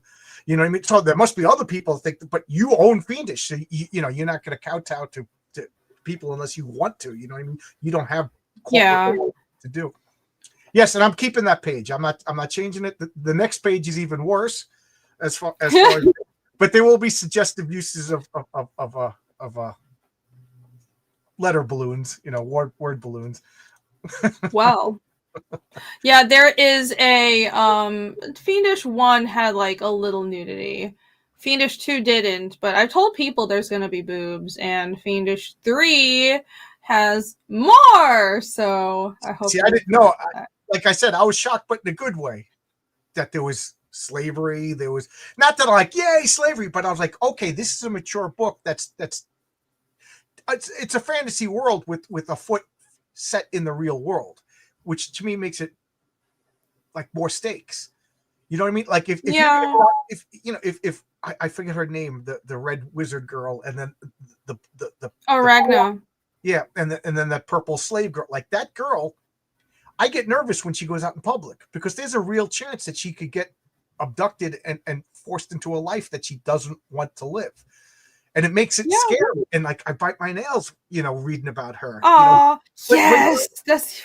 But if it was just she could just walk down the street with no consequences, then there's no emotion, there's no tension.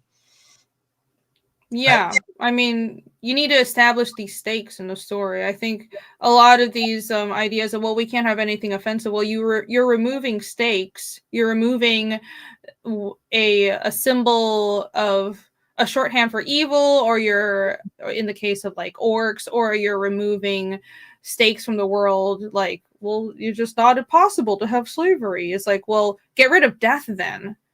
Like, let's just live in unicorn flowerland. Well, in Heroic Tales, in the backup story, it's the origin of a supervillain who's going to be, he becomes the mayor of the city. And if you know anything about me, I hate all politicians. So he made a deal with the devil, and he jumped from, I'm applying to work for the deputy mayor, to the next time you see him, he's the full mayor. Because he made a deal with the devil. But one of the things that he did was he saw evidence of sex trafficking, with the little girl. And people got mad at me and started accusing me. I'm like, dude, I'm not this is a guy who dealt with the devil. And you know what I mean? Like, he's the bad guy. He's clearly the bad guy. I don't know. So stop. Yeah, it's another thing where people think that my bad guys just don't knock over a gumball machine and take the pennies out and run down the street. The bad guys do bad things because that's what bad guys do.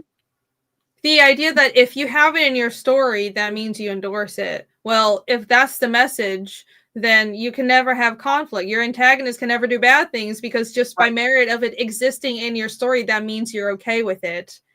I mean, not everything is supposed to be a moral lesson or a moral declaration. Yeah, I mean, Dr. Doom kills people. Does that mean Jack Kirby and Stan Lee endorsed murder? You know what I mean? Knock it off, people. Grow up. Uh-huh. Yeah. Yep.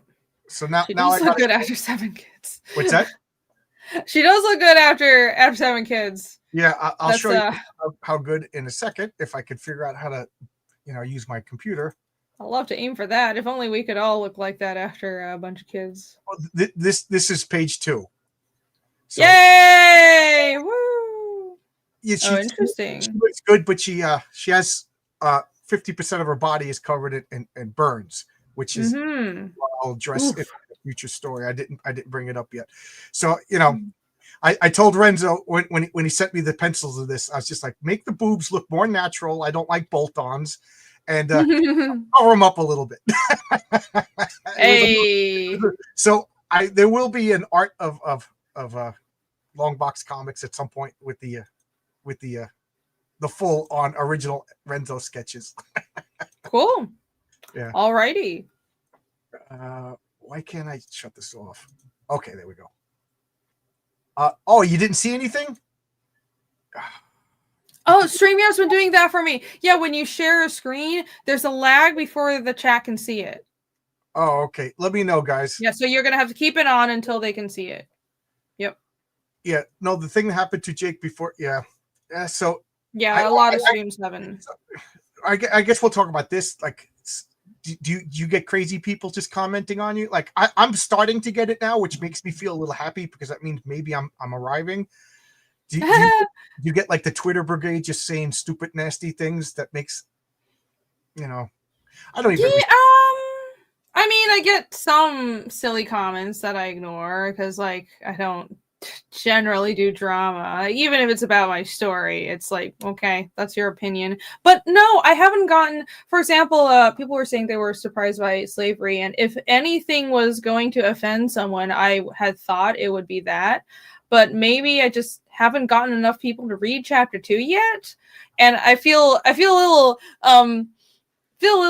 nervous because I know people have read it. People have done reviews on it, and people really like Yomi. So here's the thing: because her character has the most stakes, I can do more with revealing her character because she's the one character whose race is at threat for being enslaved at any time. They are by default slaves, and there's so much, like chapter 2 was all about her, and people love her because now you care about her, and you can see how she handles difficulties and conflicts. So this is why you need to give your world stakes and don't shy away from difficult subjects. Anyways, but yeah, I thought somebody would be offended by that, but no, I haven't encountered that. But it'll come soon. If it does occur, I will take that as a sign of success. Yeah, it's funny because I thought I was going to get more blowback. Like when I saw Ron's artwork, because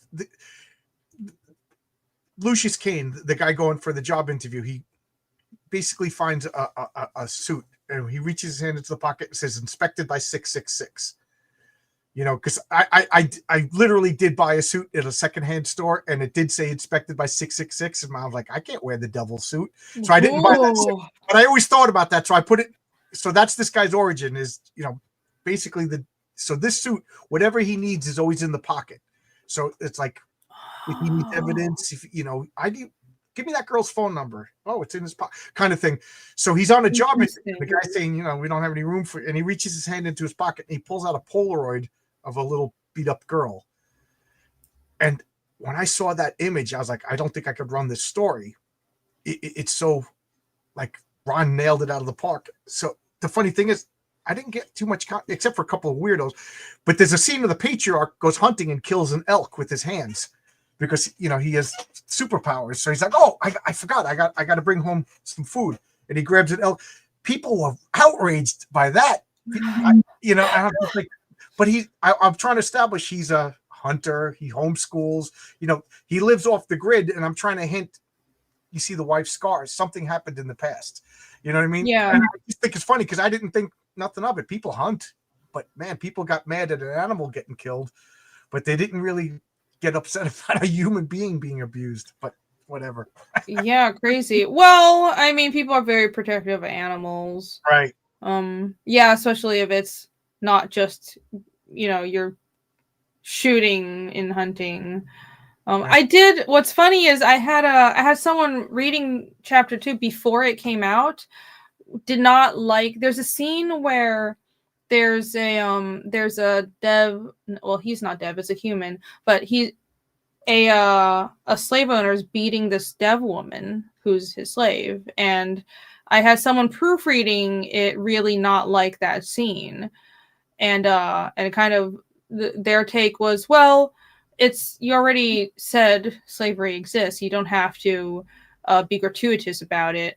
But personally, I didn't think it was gratuitous. It tied into how Yomi, my character who witnesses this beating, she intervenes. So I felt like I had to show what was happening, and that to show her and show how bad it is, because it's a direct reaction. It was story relevant.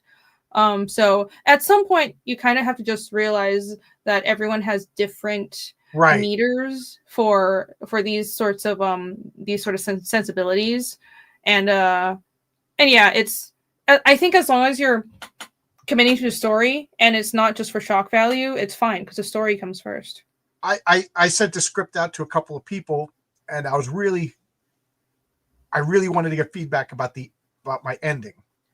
I really like the ending, and one guy's like, oh, that ending is so good, and then a couple of guys like, oh, the ending, this is what. So I said, what do you think happened? Because it's a little ambiguous, and all three of them told me different endings, and I'm like, perfect.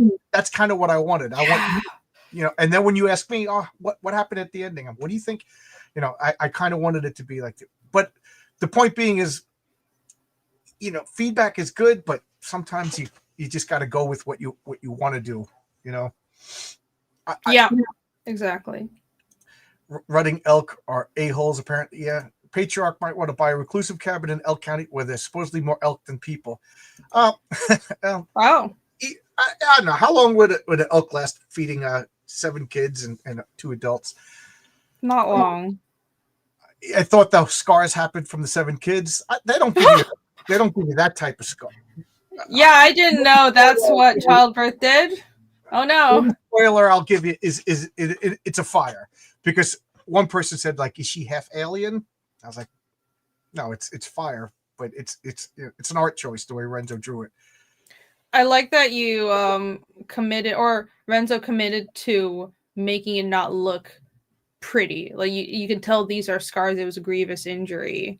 And I like it when people do that with a character, especially a female character, because sometimes people are afraid to do that. It's funny that the woman from Global Comics asked me if, do you have a problem with women? Because I'm going to show you another piece of art, because this is the first page of Mary Sue, the second story in Heroic Tales 2. So each comic has 2 different stories. So this is come on. I got this infinity thing and I can't stand it. It's all right. Take your time. But this is page 1 of Mary Sue. And people like, do you have a problem? Oh, damn. Yeah. And I said, no, because the patriarch gets beat up, and the women get beat up too. So, this is the first page, and then the rest of the story is a flashback. Her life is passing before her eyes. You know what I mean? That she's bleeding out. And so when I showed this page to the girl at Global Comics, do you have a problem with women? I was like, no. You should see what I'm doing to the poor men in my comic. I'm just yeah. Everybody gets beat up. Have you read The Spirit? Fair enough. Yeah. Oh, blank again? Aww. For real? Well, it was a full page spread of a lady very beat up and with glass shards in her. That's brutal. She has a scar Oof. on her face for the Yeah, I'm one of 7 kids. You don't realize how much you're stealing from your own life, but so I'm one of 7 kids. Patriarch of 7 kids. Oh yeah. These things. It's funny. I'm just starting to realize this, and I'm sure you've already known this. You just become more and more like your parents as you get older, and your upbringing really reflects. It really shows in everything you do. I think a lot of my characters are like only children, or they don't have families, and I've been like, I should put more characters with families and have more of a family dynamic, because my main character's a loner. All my other characters are loners or orphans, and I'm not trying to be edgy. I'm an only kid, and I left home really young. So, but I think family values are great, but if you rewrite what you know, right? Yeah, if issue 2 does well, I want to put the patriarch in his own comic, and then Heroic Tales will just be like other characters. So I'm able to expand it. So I want to add more of his family life and family drama. Like one of the things I just thought was funny is his second youngest boy. They're all musicians. They homeschool. So one of the things they do is they play instruments, and they all specialize in instruments. So the youngest boy, when he finds out that he's not, superpowers aren't genetic. So they don't have superpowers. You know what I mean? They just because that. So when the little boy finds out he's never going to fly, he doesn't have the powers. So he says, I'm a puny human. Like the Hulk. Aww. He's going to start a punk rock band called the Puny Humans. He's like mad at his father because my dad's the coolest guy in the world, and I'll don't get. So I think that's great. So and one of the daughters, she's gonna have a how do you live up to the perfect mom and the perfect older sister, you know, things like that. So there's going to be problems with the family, and I think like the oldest kids are going to be more well adjusted because the parents had more time and doted on them, and then by the sixth kid you're like, yeah, go ahead, do that. You know what I mean? Is that how it goes? Is it wrong that I want to? Good. Well, I think that's normal. I think that makes you a normal person. I love Mary Sue. I feel bad for Catholic. Mary Sue is Catholic. Mary Sue is Chinese. Sue is a Chinese name, and her grandparents fled Mao Zedong in China in the 50s. They came to America penniless, you know, as basically as refugees, and then they started a little convenience kind of store in Flush. I know exactly the address and everything like that. And then their kids turned it into Sue Mart, which is like a supermarket chain. So Mary Sue is perfect in the fact that she's pretty. She's a doctor at 21. You know, the Chinese grandmother's like, you better be a doctor. She's a good she's a Catholic. She's a Roman Catholic. They fled because the Catholics were persecuted in China. And she's rich, you know, and she's a good girl, meaning she's a virgin. And when she goes to college, she gets teased. You know what I mean? So yeah, I'm trying to play on. She's a Mary Sue. She's perfect, but perfect is subjective. She's perfect in the eyes of her Chinese grandmother. She's not perfect in the eyes of society and everything like that. So, it's, you want to put? Am I the seventh son of a? No, I'm the fifth son of a third son. So I don't wow. get the patriarch is Greek Orthodox. So he's Irish. He married a Greek woman, and he was never religious, but as he got older and started to see like real demons, stuff like that, he got religious. So a lot of the female characters are based on people that I know, ex-girlfriends and stuff. Like I dated a girl that was a Greek Orthodox, and I remember she said to me, don't even call me during Easter week. You know, I didn't realize how intense they go to church for like 6 hours a day, or at least her family does. And you know, so I kind of thought that was like real interesting because I grew up Roman Catholic, but I'm not too religious now. So I guess whatever. You have religions, like your characters all have, like there's gods and religions in your world. Yeah, it functions more. It's kind of like how in Tolkien's world the gods are real, and same as like D&D and Pathfinder. And I don't have, the gods are pretty detached. It's not like they're directly meddling in the world itself, but they do exist and they have names.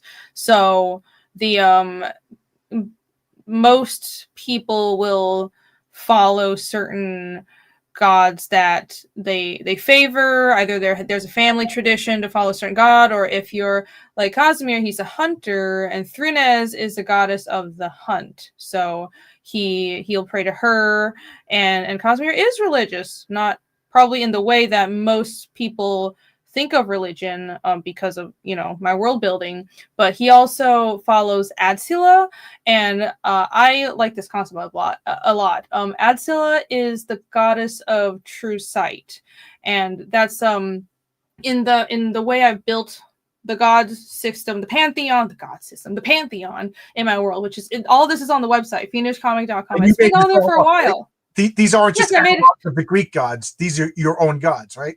I made it all up. It's completely made up. Yeah. So yeah, it's I kind of took some of it from like apparently in ancient Slavic religions. There's like a dichotomy or whatever you call it. It's like two sides of. There's like a lot of two sides of the same god or whatever. But I read up on it a little bit and like I'm making my own thing. And so in my world building, there's a page on my website, but nobody reads it because there's no pictures yet. There's one progenitor god. I'm a kind of like, I don't want to read books. Yeah, it's a long, giant page of prose that nobody reads, but it's all out there. It's on the website. So yeah, I have a progenitor god that's called Trinagia, and it's a being that's basically created the world and is both all-knowing but also all not caring, kind of just created the world and left. And then Trinagia has several sets of twins, and they all represent how do you call it? Opposite concepts. So life and death. Okay, yeah. Yeah. And life and death, some of them represent multiple opposite concepts like night and day, and Vitharon and Humanea are like the warrior twins, and they're both all male and female. So life is female, death is male. Vitharon is the warrior god of vengeance. Humanea is the warrior goddess of mercy, so on and so forth. And Adsila is the goddess of true sight, and her counterpart twin is Milokto, who is the god of trickery and dishonesty, which obviously I took that. It's kind of like Loki, but he has counterpart who's the goddess of true sight. And she also is the goddess that takes the kind of like a Valkyrie figure that takes the dead to the afterlife in my world. So anyways, long story short, Casimir follows Adsila because he's connected to the shamans of Thalfrin, and these shamans, they're knowledge seekers. They care about true sight and seeing the truth and knowledge. So they pray to this god and they follow like the teachings that are known from her. So most of the gods are like sub gods. The main god is kind of not present, but I have a lot of sub gods and demigods and cults around those figures, and that comes into play a lot because that's thematically relevant to the story. And you guys will see why. Cool. Did you ever see that episode of Community where they play Dungeons and Dragons? No. It's so good. I mean, if you're a Dragons fan, you don't have to. I love Community. That show was so good. But this particular episode, they're playing Dungeons and Dragons, and then Chevy Chase is put into the other room because he's going against the party, and he's wealthy, and he bribes somebody, and he buys all the D&D books. So he gets the module beforehand, and he knows what's going to happen, and he's manipulating the game because he knows he read ahead of the module. So when I was listening to you, I love that you made up all the stuff, because I was thinking if this was a role-playing game, like I couldn't do that. Like I made up my own pantheon for my gods, and you know, I made up my own, like I said, I already explained orcs. There's the familiar, but I put my own spin on it so that people are they can't like, no, that's not the way it works. Minotaurs are like this, or you know, whatever. So I just think that's so cool that you made up all of the stuff. You made up your own language. You know, like if you were the DM, I would have to be on my toes and pay attention, because you can't just be like, no. Apollo worship is like this in the real world. And you're like, I just use Apollo, but Apollo. We all have those metagamers who will read ahead. I know that. But yeah, my goal was to build a world that was, I mean, even the fact that I used humans and the fact that it's Spoliad, a lot of people say they're similar to elves. They're not, but I can see why people think they're similar. And people have said the dev are similar to tieflings. They're not tieflings, but I see why people think that. And just that made me feel like I'm not being fantasy enough, because I wanted to be completely original. That's why I built the language. That's why I was like, I'm going to make my own magic system. And it takes place on a planet that's nothing like our planet. It's not like Arda, where it's meant to be a prehistory mythology. It's an entire different universe. But I realized at some point it's like a psychological thing where if it's not even human, I mean, you have works like Dark Crystal that don't feature humans at all, and there's a cult following. But really, if you want to communicate and have some faster appeal to the audience, you need to have at least humans there and some familiarity. So I was like, okay, yeah, there's a lot of Indo-European influence. Somebody in chat mentioned that. Yes, I did a lot of research into all kinds of Indo-European stuff. I was super into that for a while, still am. And there's some references to classical fantasy, but I put a little twist on it. So hopefully it worked out. Yeah, I just reread Gore Vidal's Creation. It's probably my favorite book. It's about a fictional character. Gore Vidal is just like, within 50 years, we had like Confucius, we had Lao Tse, and we had Cyrus the Great, Plato, and Alexander, all what happened in this 50 years that the world produced all of these great people. So he made up Forrest Gump, who was born in India, not India, in Persia, went to Greece, and then from Greece he went to India and China and back again. And then he's an old man telling a story about the world. And he keeps talking about the Indo-Europeans. You know, keep in mind this book I think was written in the I think the 40s. Before that, you know, he kept saying Aryans, and now he changed it to Indo-Europeans. Yeah. You know, but he's trying to keep it true to the Persians, talking about, and he's talking about how the Greeks and the Indians and the Persians are all descended from the Aryans. And, you know, again, that term has been bastardized by Funny Mustache Man. So we change it to Indo-European. And I'm kind of fascinated by that. So I do like that you use that in your or the Indo-European mythology. So I got interested in Indo-European history just because of the languages, and I like languages. I get it from my dad. My dad, he's American, but he speaks like 3 or 4 languages. He majored in Chinese and then moved to Taiwan to do translation. Like, he speaks French and some Japanese. So I just, language and communication is really interesting for me. And the Indo-European language family is the language family that almost all currently living European languages, and also many Middle Eastern languages and Northern Indian languages are part of the same family tree. So that's why there's a lot of cognates between like Indian gods and Norse gods and Roman gods. It's because there's a common connection. And what happened is, thousands of years ago in prehistory, you had this group of basically steppe conquerors that drank a lot of milk and were real tough. They just invaded. They were kind of in, like, I guess Ukraine or that central, that steppe area. They just like spilled over, invaded Europe and Persia and northern India, and their culture and language mixed with the local cultures, but the traces of their culture still exist now. And that's just super cool that you can roll back all of these super different cultures that exist nowadays and find a common root. Right. Like in Greece, we have Zeus Pater, Sky Father. In Italy, he's Jupiter. And if you go to India, it's Dayus Patar, and that's the Indian god for the sky. It's all Patar. It's all the same god that from the same root. Now Herrenberg says now they're called the Yamnat. They came up with a new term. I got to look that up. I didn't know that. I think Yamnaya is. I might be wrong. I'm not a. This is the first time hearing it. Yeah, I'm not an anthropologist. I just follow a lot of YouTube channels that talk about this. But I think Yamnaya is one prominent Indo-European group, one of many. But yes, they are a large group. They probably took that name to. I'm just hearing it now. Now I'm just explaining what it means. But I could see them like Aryan fell out of favor. So we're gonna take another word. Don't say Aryan. That's not a cool word. Yeah. Well, I think it's Indo-European.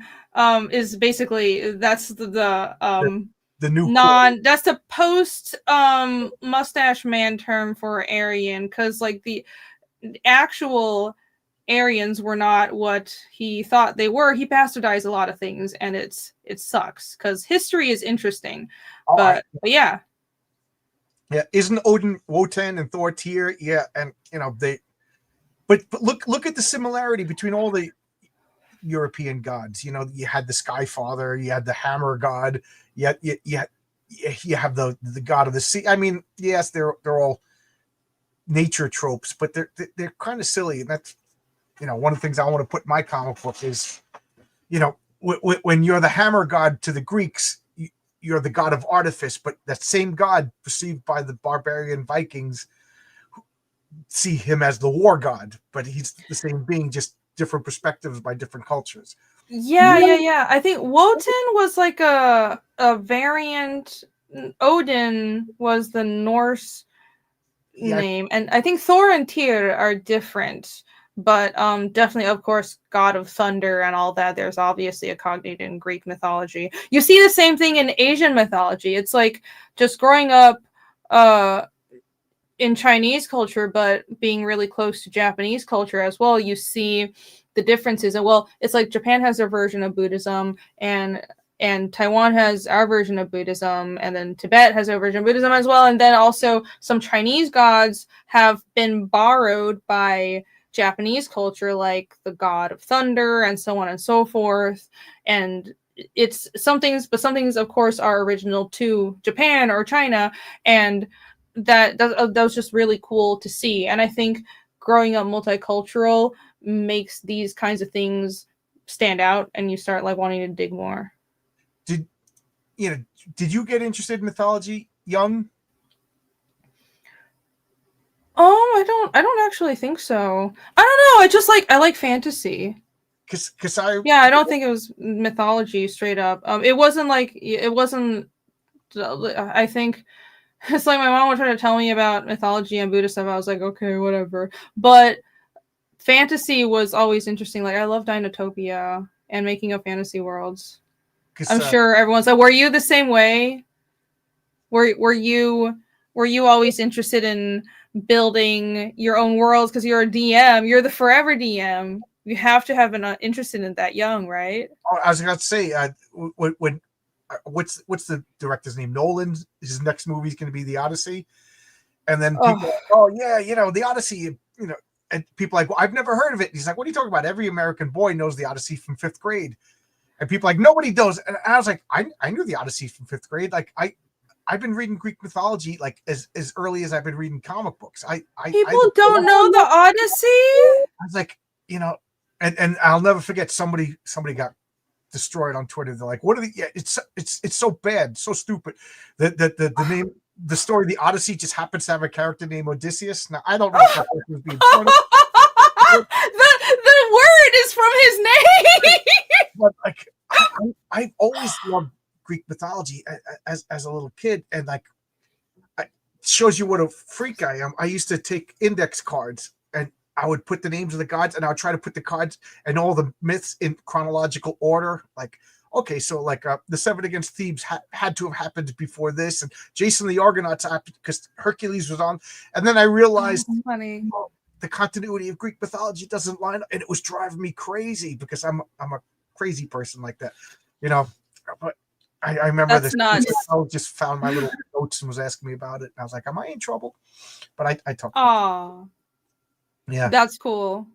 Yeah, the Odyssey from Old Brother. Yeah, when I told people that, I'm like, "Oh yeah, Old Brother went out there. It's the Odyssey." That's why his name is Ulysses. That's why his wife's name's Penelope. That's why the flood happens at the end. He meets John Goodman, who has the eye patch. He's the Cyclops. The 3 girls in the water that are singing. Those are the sirens. You know what I'm talking about, right? No. Old Brother were out there with no. the yeah. That's the Coen brothers retelling the Odyssey. I've barely seen any movies, but yeah, I believe you. Yeah. Everybody's asking me about the new Daredevil show. I'm like, I'm not going to watch 8 episodes of a show that then get the lecture on transgenderism on episode 9, and then I'm pissed off and I'm not going to finish it. So I'll wait till it's done, and then you guys tell me if it's good or not. That's the way I am. But no man is hurting me. Best Odyssey quote. Yeah, no man. Yeah. The Polyphemus, the Cyclops that was the child of Odysseus, was the Cyclops, and Odysseus stabbed him in the eye, and he ran out, and he said, "Nemo did this. Nemo did this," because he said and Nemo is Greek for no one. Nemo, no name. Is Captain No One. Mm-hmm. Rini doesn't know much about. I think you know enough about Americana. There's a lot of media I don't know. Well, did you grow up in the States? No. No, you grew up in Taiwan, right? I read in Texas. Yeah. Greek Polyphemus. Yep. Yeah, I know stuff about Greek mythology, but I don't remember yesterday. Or those today. I don't watch any.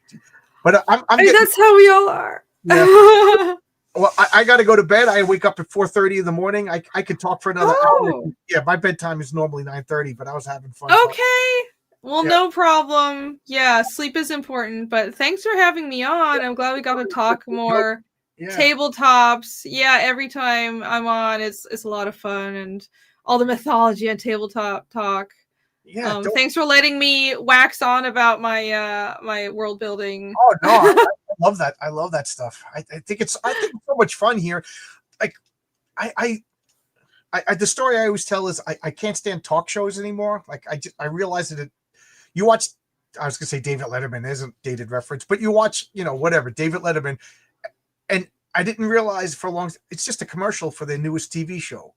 So like I stopped watching. One day I was watching, and I forget who it was, but he started talking about he collects typewriters. He's like, how did you know I collect? And he started talking about, I got this type. I was riveted by this conversation. I know nothing about typewriters, Cool. but I loved other people's passion about their silly hobbies. Like my friend's wife is into the Rangers, the hockey game. I could listen to her talk about the Rangers all day long. I know nothing about. I love hearing people talk about, like, my brother's into motorcycles. He'll talk to me about motorcycles. I just sit there and listen. That's true. That, I mean, that's why I love talking to comics people, and it's like, I mean, I don't even care if I'm not selling books on a stream. It's just fun to talk to people who are passionate about something, and I think people. This is why Hollywood is dying, and nobody cares about talk shows, because it's not authentic, and people would rather watch streams. It's so much better. Yeah. I'd rather listen to somebody with 2,000 followers talking about their comic book, and they're made up gods for an hour and a half than I don't know. I was gonna say an act like Gilda Radner, like she's been dead for 30 years. People know. Shows you how old I am. Talk about the latest, my newest Hollywood slop movie. That who cares? Amy. I'm almost pregnant. I don't care about your movie. I don't care about you. But I've been saying this for like the longest time. I would love like that what's that asshole? Bill Maher. Bill Maher should have, like, he had that politically incorrect, and it's just like, some congressman, some actor, this guy, and then like a regular guy and a construction worker named John. Just make sure that the guy can actually talk, and present himself. And then, like, have a regular man on the streets opinion on all these talk shows. Like, yeah, in Hollywood, yeah. And then you're crazy. That's not going to work. I live paycheck. I think that would be a great show. There you go. We'll start a talk show of just regular people. That would be great. Well, that's YouTube, isn't it? I think YouTube is the greatest thing. I don't watch TV anymore. I don't even know what's on TV anymore. I watch stupid. And then I hope you guys all watch It's Clobbering Time on Friday, where we talk about the Winter Soldier versus Deathstroke, the Terminator. Watch Rini on Wednesdays. You do world building, right? You and Ali? I do that. That's Monday. It's every other week, but every Thursday. So tomorrow, I'll be on the Creative Blog, which is another. Well, that's the writing for comics stream. It's a group stream I do with Jake, Phil, Diaz, and Pear, aka Narwhal, and then I do another stream with Ali. But yeah, tomorrow on Jake's channel, Hyper Wizard channel. See you guys there. Oh, cool. What time? At 10 Eastern. Tell 10 p.m. Eastern. A long time since he's been on the channel too. I enjoy, just a good guy. Yeah. I enjoy talking with him. All right. Yeah, he's a chill guy. 3 hours, but if I don't go to bed by 3, I'll be like wandering tomorrow. All right. Yeah, go to bed. Thanks again. Bye, guys. Bye, everyone. See ya.